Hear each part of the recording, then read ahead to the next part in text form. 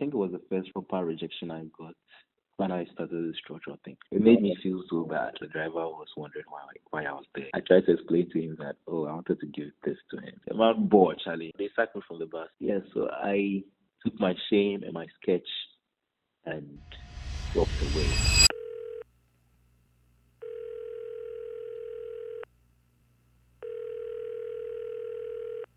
There is something about a phone call. No cameras, no studio, just two people, a connection, and whatever truth sits between them. I am Donald and this is On The Line. Today I called Enil Art, the guy who's turned churchill rights into a stage, strangers into subjects. No pencil, no eraser, just a pen, a piece of paper, and whatever few minutes he can steal from someone's commute. You have probably seen his videos. Someone's face when they realize they are looking at themselves on a canvas, that has become his signature. But before the virality, before he made a sketch of Kudus, before he stood at the Pra River with polluted water in his hands making a statement on Galamsey, there was just a kid who loved to draw and two parents who had to decide if that was going to be enough. Let's see where this call takes us.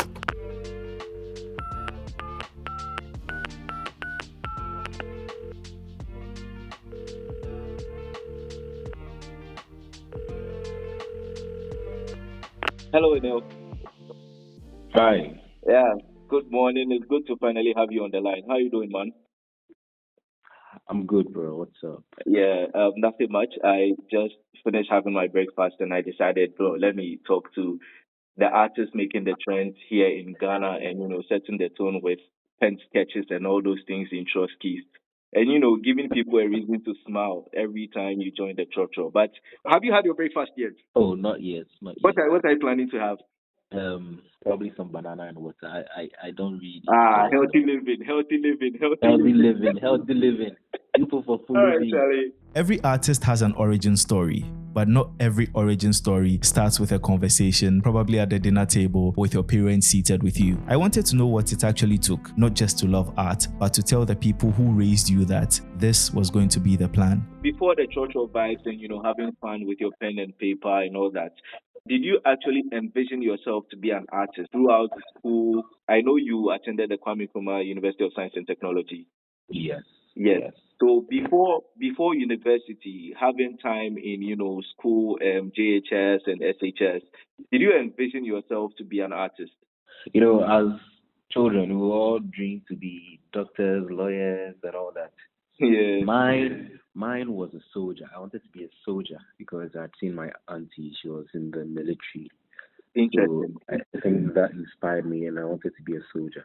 But that faded quickly because I found interest in football, and then I wanted to be a footballer. I think every young boy wanted to be a footballer at some point in their lives. Yes. Yeah, it was the same for me. I also wanted to be a footballer at some point, and that interest lingered for a while.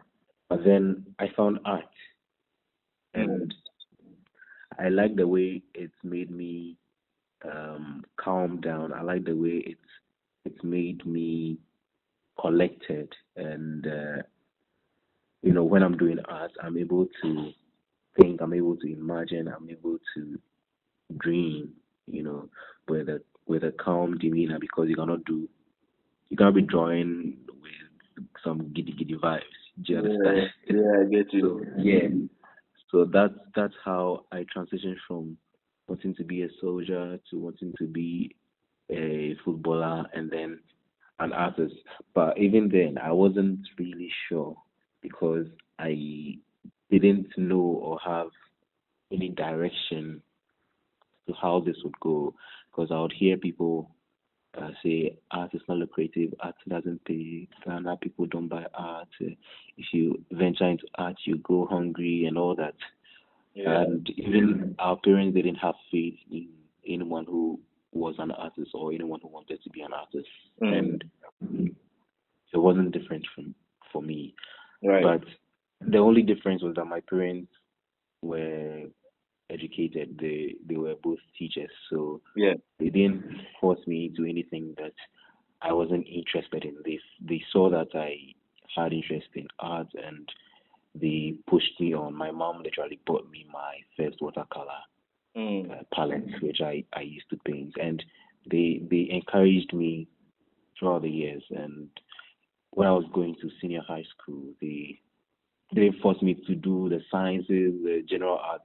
I said I wanted Wow. to do. They already knew that I was going to do visual arts because of how um, vested I was in art and how my interest was in it. So they already knew that I was going to do visual art. So they just chose it for me, and it went on from there. So the decision was made. His parents didn't just accept it, they backed it. His mom even went out and bought him his first watercolor set. That's not permission, that is belief. But nobody plans for a church to be the place where it all actually clicks. So I wanted to know how a boring commute during national service turned into the studio that started everything. This whole church thing started just about 3 years ago during my national service. I would go to work very early and come back very late, so I wasn't getting time to draw. And so I decided to get a little sketchbook and draw on my way to work in the church or back from work. Yeah, so that's how this whole church thing started. I didn't think I was going to make people smile.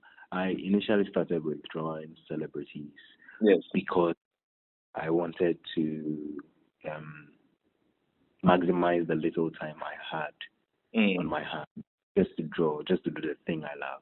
So it made me sad that I wasn't getting enough time to do it. Yeah. That's why I had to find A channel. every possible channel, every possible means to practice it, because that's how talent is. That's how something is. If you don't practice it, you lose it with time. Yeah. With time. And I wasn't ready. I wasn't ready to lose this skill that I've built all these years. Yeah. And so that's how it started for me. I didn't think that I was going to be making people smile. It was a friend of mine who suggested that, I could be drawing the church mates. I was like, that's really good. And at the time, I was watching this guy, Devon Rodriguez. He was drawing people in the subway and making them smile. I was like, I could try this.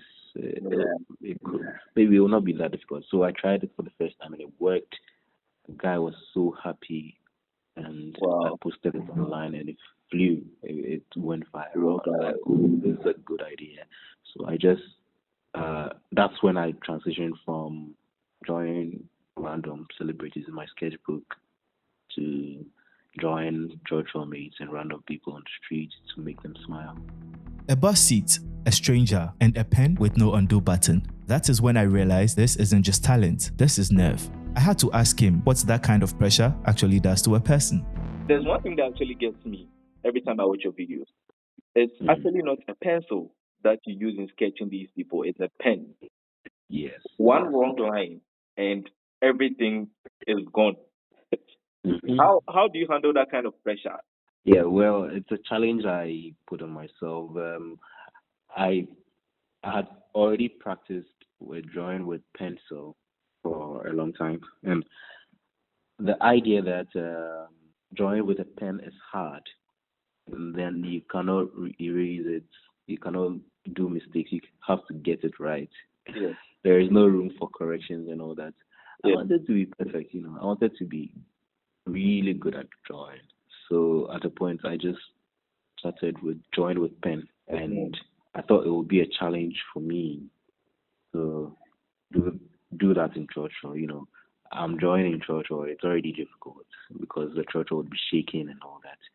It's even difficult to just write in Churchill. So drawing sounds like a very good challenge for me to master my skill, like practicing it in the most uncomfortable situations. And then I'm using a pen.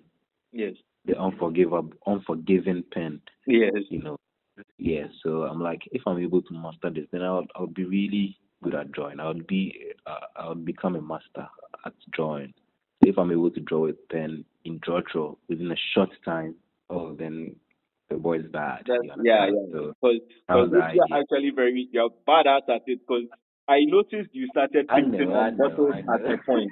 You started painting on bottles at a point. Yes. That was I was getting used to the, and I was like, okay, this feels easy now. I want a different challenge. Wow. Then I tried the painting. That's a great challenge you put on yourself. It's very Yeah, beautiful to watch. Every time I watch these videos, I'm like, "Ah, how does this guy even do this?" Because Charlie, I wish I had this kind of talent. But it's great, man. So do you yeah. ever get nervous? Do you ever get nervous when you start painting a piece? Oh yeah, I get nervous when I feel like the person I'm painting or drawing is going to leave Mm. before I finish the artwork. Have That's you when I ever get nervous. encountered that situation? Oh yeah, many times, many times. I'll I'll be almost done with the drawing, but they'll leave, and Mm. I cannot present it to them. So it's the thought of them leaving and me not finishing on time that gets me nervous. I asked him something simple. Does art change the way you actually see people? Not just look at them, but see them. He didn't just answer that one. He told me a story, him, a driver, and a bus conductor, and a moment that got a little awkward before it got interesting. But do you think art has changed your perception as to how you see people differently before you started this whole journey of sketching people with a pen in the church or and all those things? Um, it hasn't really changed my perception. It's just making me learn about people individually, and how they react to things. Uh, People react differently to things. Someone might be happy with a sketch, someone might be sad, someone might cry, someone might be angry. There was a situation where I presented the sketch to Yeah. one church home. The driver, not the church home, the driver was angry.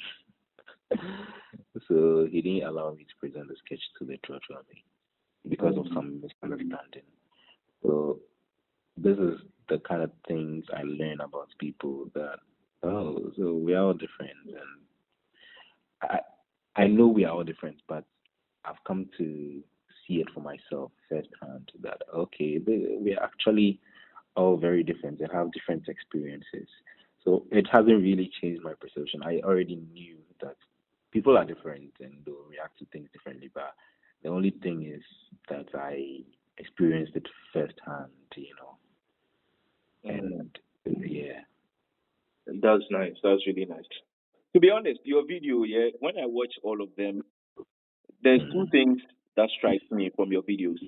One Okay. is the art and one is the subject. These Yeah. two, has there ever been a reaction that stuck with you more than the drawing itself? Hmm. A reaction that stuck with me more than joy itself. Yes. It can be negative or positive, right? Yes, it can be negative or positive. Yeah, I think I'll mention this one that I just said again. Mm.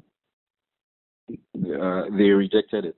I it's one of the I think it was the first rejection, proper rejection I got when I started the structural thing.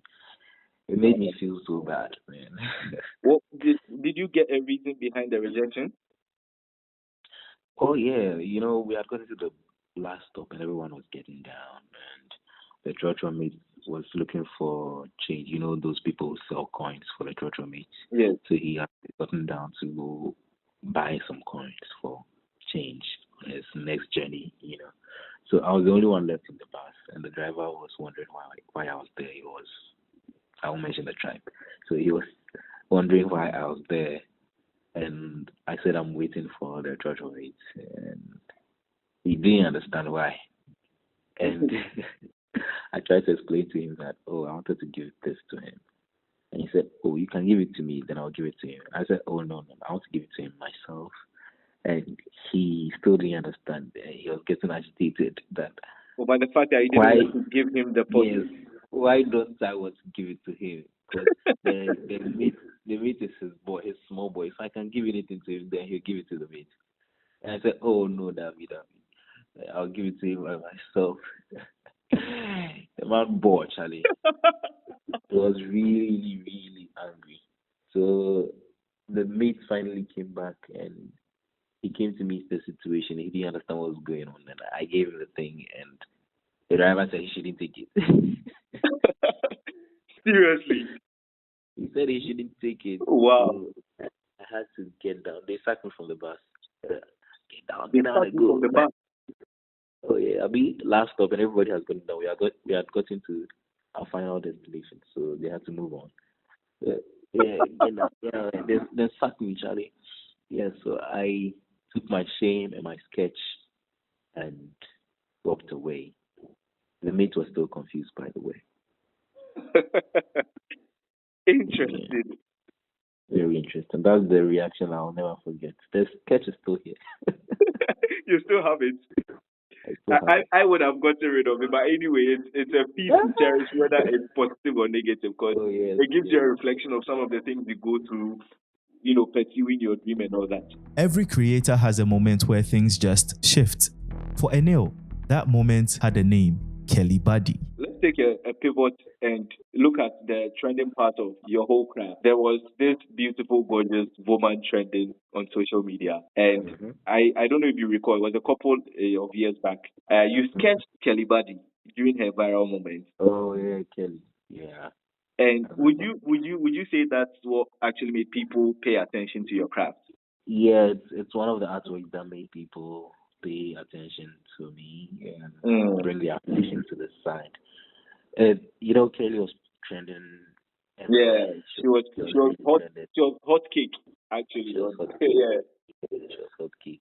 So I decided to sketch her, and then I posted the sketch online, and everybody was, hey, Kelly, hey, and they would draw Kelly. Who is this boy? Who drew Kelly? Hey, boys, hey, boys. Boys. Everybody they watch. The bar. So Kelly. the sketch went viral. Blogs were blogging about it. Yeah, Mm.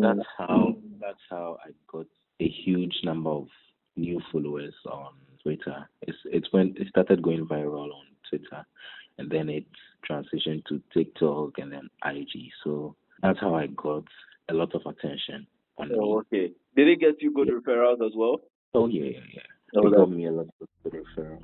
I also asked him about celebrities. His first ever celebrity he drew, and some other celebrities he appreciated drawing them. Kudus was an example. Do you recall your first ever celebrity drawing? Tell us about it. Yes, I think I do. It was one Chochomits who looked like Iñaki Williams. Mm. So yeah, Celeb. yes, Charlie. Mm. So when I posted him, everyone was like, no be Iñaki be that, no be Iñaki be that. He just looked like him. So yeah, the interaction was good. Let me ask you about the Kudus moment. You did an art of Mohamed Kudus, the footballer. Yeah, I drew Kudus. Yes, and when he received the painting from you, first of all, how did you link up with him? Oh, I didn't. I think that was a different. I didn't meet Kudus. I couldn't give him the art. Oh, you couldn't give it to him, but he received it, right? No. It was also a sketch like Kelly's own. It also just went viral.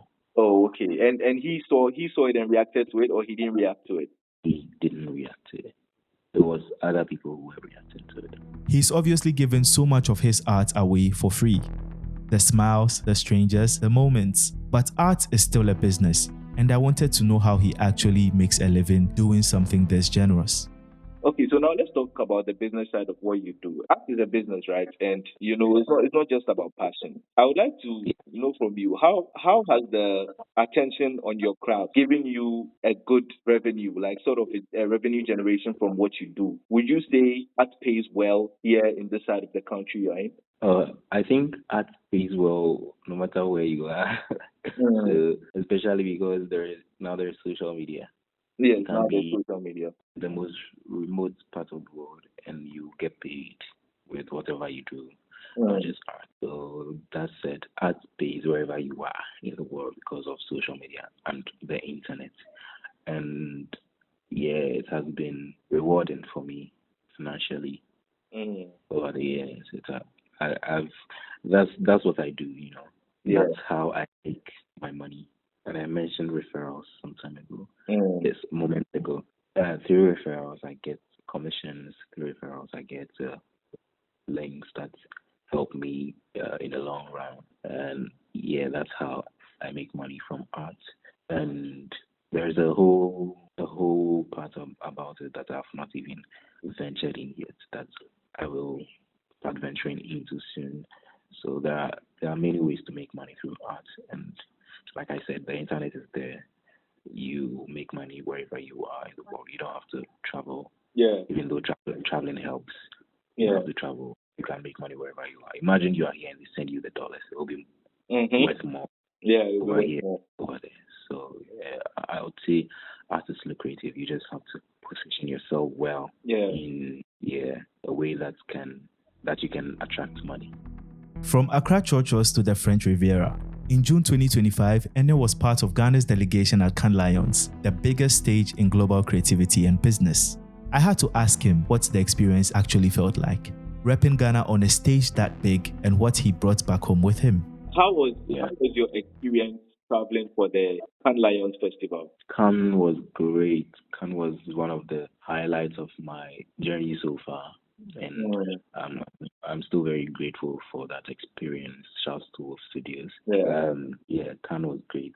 Cannes is a business creative festival where creatives and businessmen and industry players come to connect and just talk about the industry in general and things going on. So yeah, it was a great experience for me. Did you get to meet other artists out there, like artists probably you were looking up to and saw them at the festival? I'm not just an artist. I'm also a digital creator. I'm a social media content creator, right?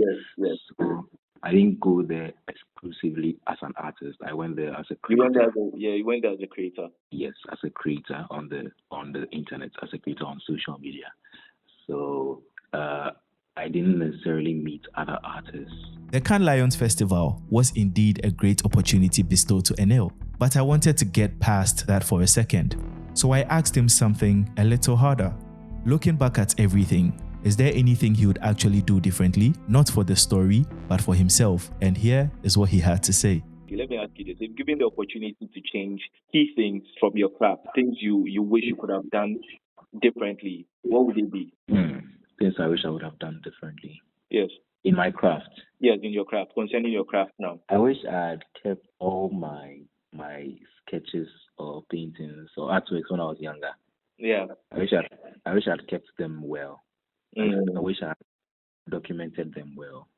I wish my parents would have helped me do that, because those are the beginning stages, and they literally tell your origin story, and it's an evidence of where you come from and how you sprung up and how you developed. I wish I had kept that properly.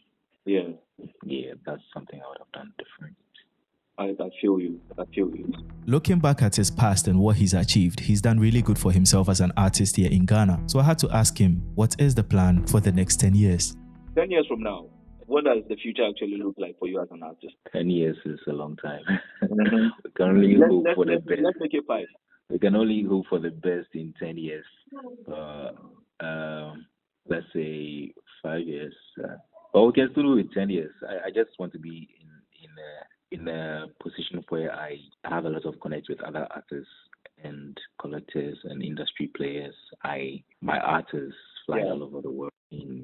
My art is being auctioned in Sotheby's and other auction houses. I'm able to reach more younger artists and inspire them. I'm able to inspire more people all over the world. I'm traveling all over the world, practicing my art. That's what I hope to be doing in 10 years. And hopefully I'm looking forward to a time where I would hear of an art concert by you, probably at the National Theatre or the Grand Arena, where we come and experience 3 folds of art from Enil with music. It will be beautiful. Yes. I'm looking forward to something like that. I'll pay for that ticket and attend. Straightforward. I'll come to you. You buy tickets. You buy like 10 tickets. I'll pay for you. But anyway, it's been a great time having you on the line, Charlie. And thank you so much for hopping on the line, my pleasure, man. Catch you on the flip side, bro. So from wanting to be a soldier to wanting to become a footballer and ending up pursuing his true identity, art, by starting with the first watercolor set his mother got for him, Enil Art remains an inspiration to other young artists here in Ghana. That is what I love about these calls. You get the person behind the pen. If this conversation meant something to you, share it with someone who needs to hear it. Subscribe whenever you listen, follow the show, and I will catch you on the next one.